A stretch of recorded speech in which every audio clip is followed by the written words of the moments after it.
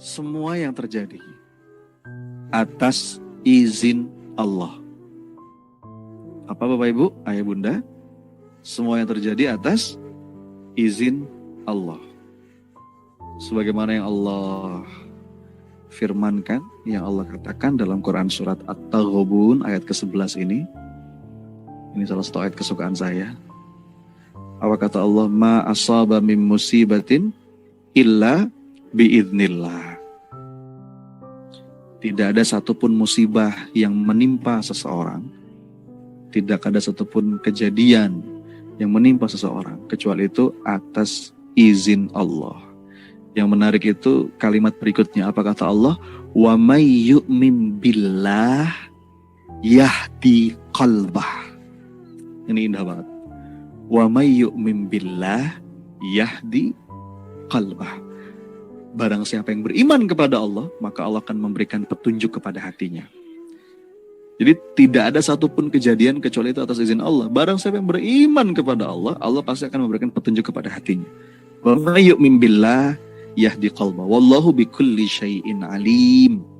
Allah Maha tahu segala sesuatu. Makanya betul kata Imam Ibnul Qayyim, barang siapa yang memandang dunia ini, apapun kejadian dalam hidup ini, dengan pandangan iman, maka dia akan selalu bisa menemukan keindahan dalam setiap takdir kehidupan.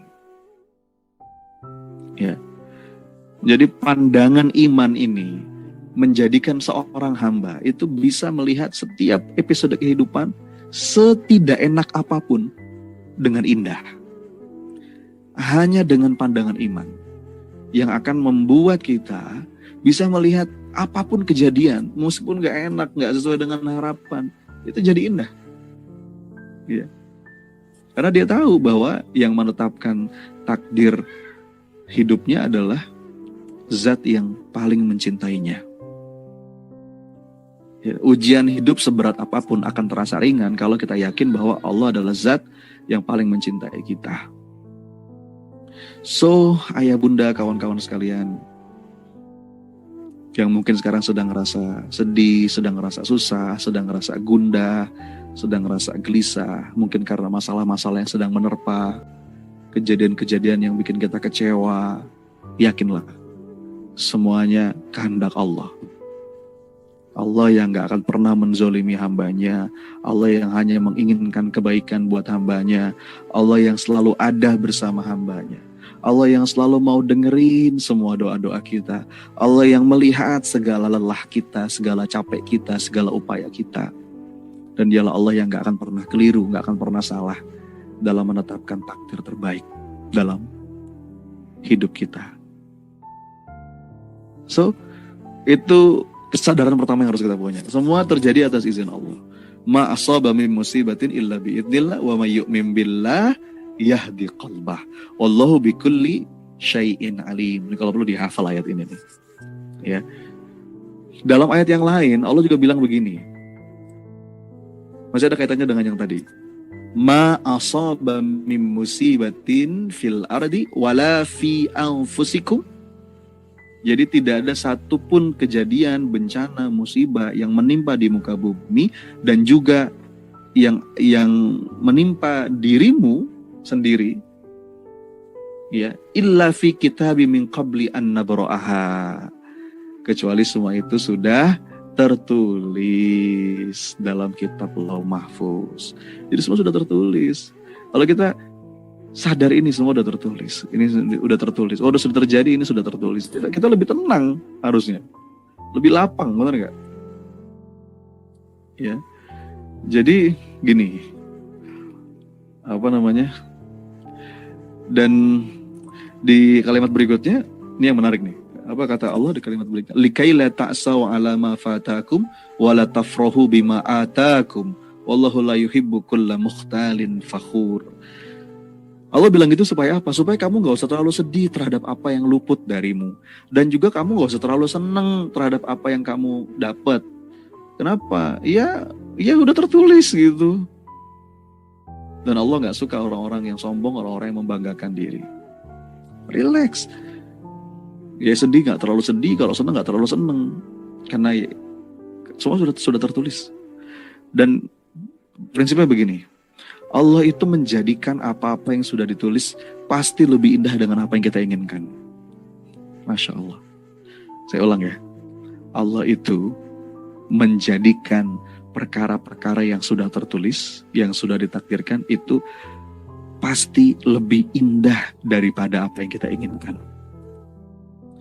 Takdir Allah itu lebih baik daripada semua mimpi-mimpi kita, cita-cita kita, keinginan kita. Udah. Makanya orang Islam itu kan berserah diri. Seorang Muslim itu fatawakal Allah. Makanya gak usah tergesa-gesa.